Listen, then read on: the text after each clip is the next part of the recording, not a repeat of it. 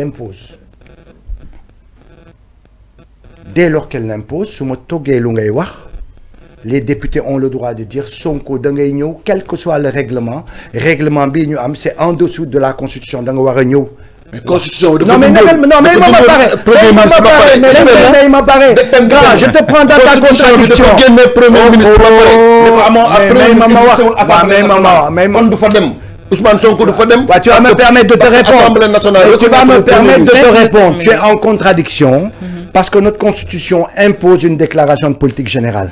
Et pourtant, moi, j'ai soutenu que Sonko n'a pas à le faire parce que le règlement intérieur de l'Assemblée nationale ne le reconnaît pas.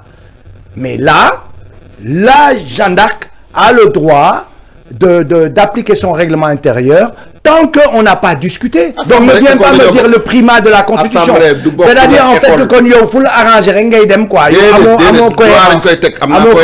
Il faut avoir une cohérence. Voilà. Mais si, parce que au lieu que quand j'ai vu la levée de bouclier de ceux qui s'autoproclament patriotes, parce que moi j'estime que je suis autant patriote que je suis autant patriote que ñoom ils s'autoproclament patriotes. Donc quand tu as vu la levée de bouclier des autoproclamés patriotes, quand tu as vu la levée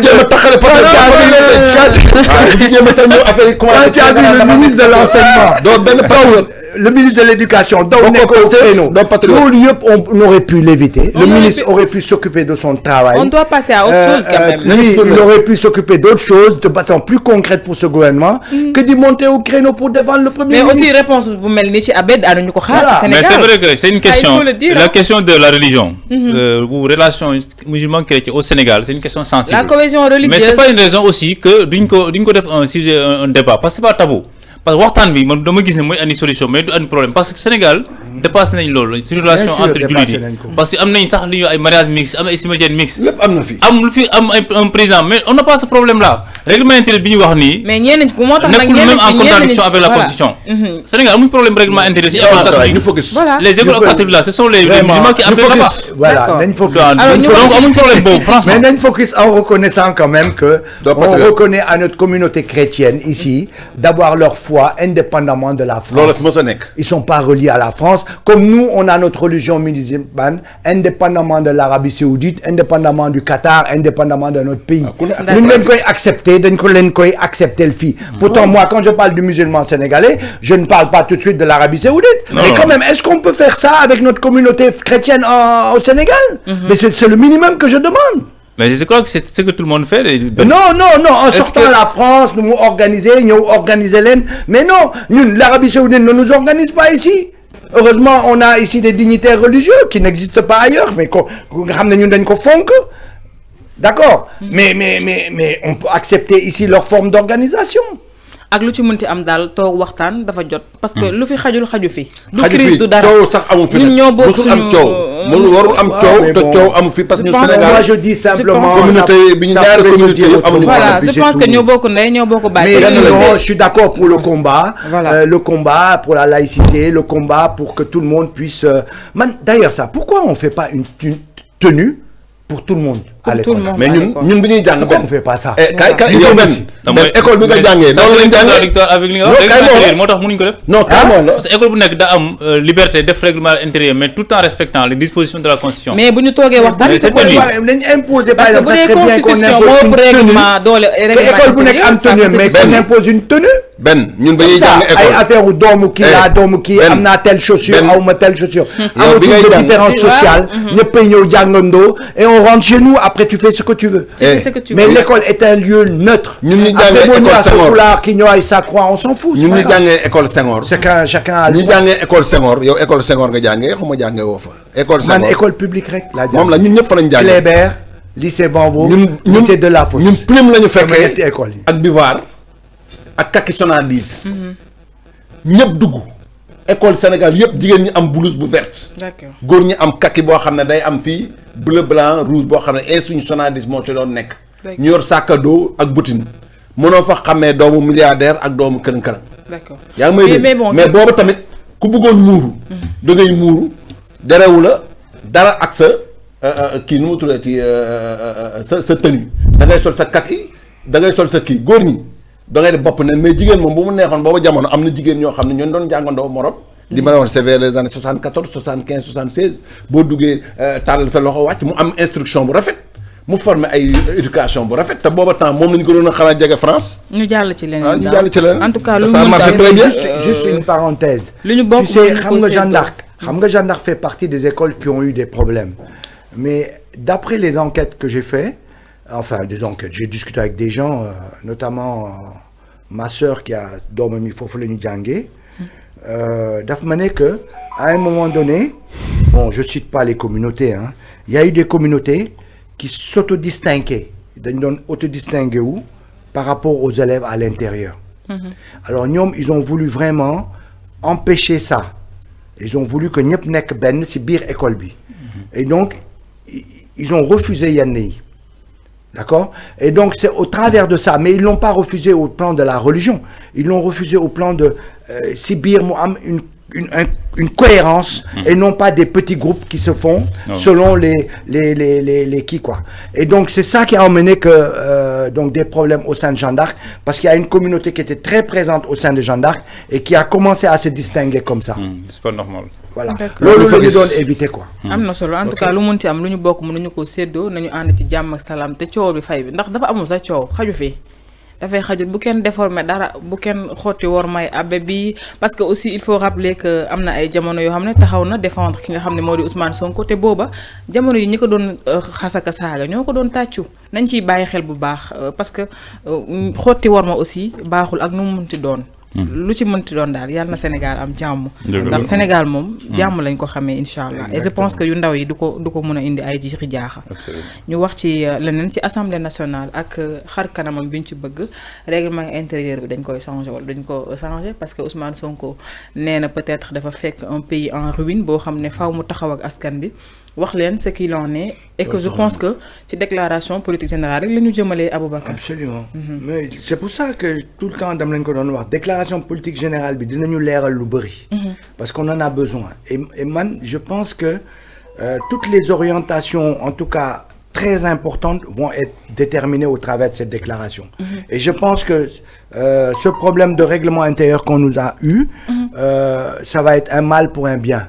Parce que ça aura permis au gouvernement qui vient d'arriver, qui quand même découvrait beaucoup de choses. C'est pour ça que il y a certaines critiques, ça me posait problème, tu vois, critiquer. Il y avait une part de vrai, mais c'était trop dur, tu vois. Parce que c'est des gens qui viennent d'arriver. Ils n'ont jamais été ministres, ils n'ont jamais vu un conseil des ministres, ils n'ont jamais dirigé ce pays. Nous, en même temps, avec tous les pièges qu'on leur a mis, les difficultés qu'on leur a laissées. Donc, c'était pas évident, mais c'est normal que Dinga def ay erreur. C'est normal que Dinga def ay voilà, c'est ça. Et moi-même, j'étais toujours à dire que le premier casting n'est jamais le bon. C'est-à-dire que le premier casting, ouais, vous n'avez pas pris les gens par compétence et tout ça. Mais il faut arrêter. Les choses vont se faire. Et puis, il faut que nous relativiser les choses par compétence dafa am, mais les choses aussi am avec nit yu nga wóolu dafa am. Il faut assaisonner les deux, quoi, tu vois. Mënoo dem rek dans une seule voie. Kooku aussi, c'est important. Après, maintenant, c'est l'éthique, la morale, avec l'intérêt général, moo la war a guider ku fi toog ak ku fi dul toog.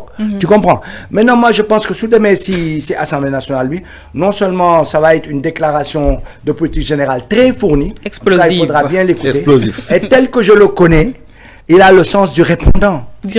Man, je dirais pas, comme beaucoup de patriotes autoproclamés le disent, je dirais pas c'est un guerrier, non. J'aime pas ce mot-là. Présenter Sonko comme un guerrier. Alors lui, il l'a dit. C'est pas un guerrier. Il a dit qu'il n'est pas un guerrier. Mais voilà, qu'est-ce qu'on parle de lui? Les patriotes autoproclamés. Il a parfois peur. Mais tu vois les patriotes autoproclamés. C'est un guerrier.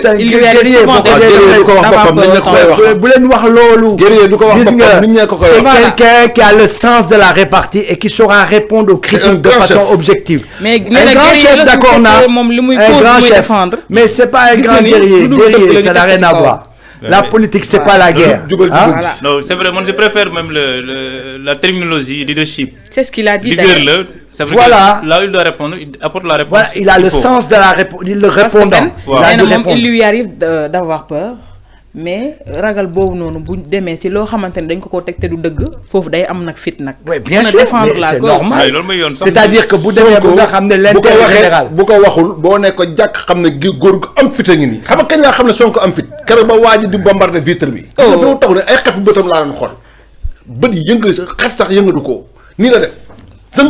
daa gis na tey pitre bi Sonko li mu daj ba pare pourtant verre tour nañ ci kawam de. waaw mais yënguwul il n'a même pas bougé. Sonko c'est un homme comme un autre là ce que tu me dis là.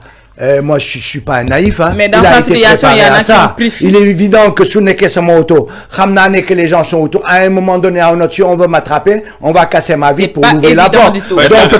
Donc non. Il a été bien préparé et il était sûr de lui. S'il y a quelqu'un, non mais s'il y a quelqu'un qui est sûr de lui, sûr de ses convictions, c'est Sonko. Il n'y a pas de souci. Mais je veux te dire par là, il faut pas me le présenter comme un guerrier. Moi, si tu me prépares comme ça, c'est pas une histoire de guerrier. Je vais avoir du répondant comme lui. Mais ça peut être le contraire aussi. C'est un guerrier, c'est un question de guerrier. Nous sommes c'est un roi. C'est un héros. C'est un héros. waaw mais bu boobaa non mais waxuma ko amul droit wax ko dama la ne man du ma ko waxee noonu. dama ne man boog li ma jàpp. sunu héros la. ñun patriotes. kii ñun les patriotes autoproclamés. Les patriotes autoproclamés. Vous êtes des patriotes autoproclamés. Les patriotes autoproclamés. Parce que qu'est-ce que c'est un patriote? Non, ça c'est un autre débat. Qu'est-ce que c'est un patriote? C'est un autre débat. Quelqu'un qui aime sa patrie, qui travaille pour comme Sonko. Moi comme Sonko, mais comme moi. Non, pas comme toi. Déclaration politique générale. Pourquoi pas? Du ma jël exemple ci yow. En tout cas, les images sont là. Peut-être que Ousmane Sonko. Bon, d'accord. Mais bon, pour revenir sur l'Assemblée nationale, vas-y mon grand. Oui, tu as parlé de déclaration de politique générale. Lolu bu mu ñak la ben wax na légui né ki da ko imposer la constitution sénégalaise. C'est vrai que da ko imposer mais tenkul ko ci ay délai né ko da ko dem suba la ginaaw suba.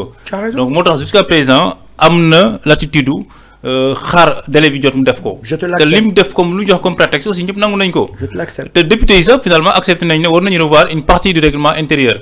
Le règlement intérieur en question n'est pas mauvais. Mais dafa am ci une disposition yoo xam ne dafa génne woon depuis 2019 poste premier ministre bi. loolu waxam ñu andiwaat defaraat ko loolu aussi waxtaan mu ngi ci am. def na waxtaan am na ci bon le président a reçu le président de l'Assemblée mais dañ soxla en tout cas. Le premier ministre dem assemblée def déclaration politique générale. Pourquoi? Parce que d'abord pour me respecter une disposition du constitution article 55 bu ko andi. Parce que ñoom ñoo war a nekk les premiers à montrer le bon exemple ci côté respect constitution bi commençant par le président de la République ki nga xam ne dafa waat ne moom day sàmm constitution bi te su ko defee le premier ministre il ne peut pas faire le contraire mais nag il faut que les gens comprennent que le premier ministre n'a jamais dit que qu'il n'ira pas à l'assemblée pour mu def déclaration générale waxul ko mosul wax déedéet. dafa leen wax ne nañ defaraat règlement bi te loolu aussi mooy responsabilité parce que il faut pas mu tomber ci piège bi dem ci def ko ci contexte boo xam ne dafa am benn base illégale boo xam ne am na ci mooy dafa nañ génne woon comment ça s'appelle le poste de premier ministre mais amuñ problème boobu te dafa dañ soxla aussi mu def ko ci contexte bi nga xam ne ñoom ils n'ont pas amuñ majorité assemblée nationale ça sera une expérience inédite nga def déclaration boo xam ne yow di amoo majorité assemblée. Là-dessus, on va attendre le député. C'est les députés du peuple. Alors que la déclaration que le Premier ministre va faire, de refléter les attentes, les ambitions politiques générales au Sénégal, ils n'ont pas le droit de faire le contraire. Parce que là, pour vous, nous devons faire une motion de censure. Ce n'est qu'un député du peuple. Nous savons que la politique va définir, le gouvernement va définir. Le peuple, son compte là-dedans. Parce que li koy firndeel mooy peuple bi ñoo leen voté à 54%. Donc déclaration déclaration bi day ñu koy génne ci programme boo xam ne moom lañ yóbbu woon élection mu nekk le programme de la coalition Diomaye président te déclaration mënul génn foofu mun nañ andiwaat yeneen touche yu bees parce que am na entre temps y a eu des changements am na ay contextes nouveaux donc bu ñuy ñëwaat pour def déclaration dina intégrer loolu yëpp mais mënul génn en tout cas le programme de la coalition Diomaye président. C'est le peuple plébiscité. Mais on a quand même besoin que le Premier ministre se présente à l'Assemblée. Pour nous savoir lan la tek ci table bi ba mëna andi lu ñuy wax politique générale. Alors Bougane répondre na Ousmane Sonko ci li nga xamné néna mom dafa fekk pays bi en ruine mais Bougane néna lolu gëmu ko parce que jamono ji caisse yi mi ngi fess del ak financement. Gëmu ko tay mais gëmon nako demb. Voilà. ci propos Sonko yi. non mais waaw non gëmu ko. Bougane gëmu ko tey loolu waxu politique la. mais démb. est-ce que sax jotagum position la quoi. yàggul quand même démb yàggul dara yaa 6 mois ci ginnaaw. lu fi Sonko waxoon moom d'accord na ci ak moom. du dëgg xëy na situation moo changé moo tax le cas de Bougane man dama koy focus.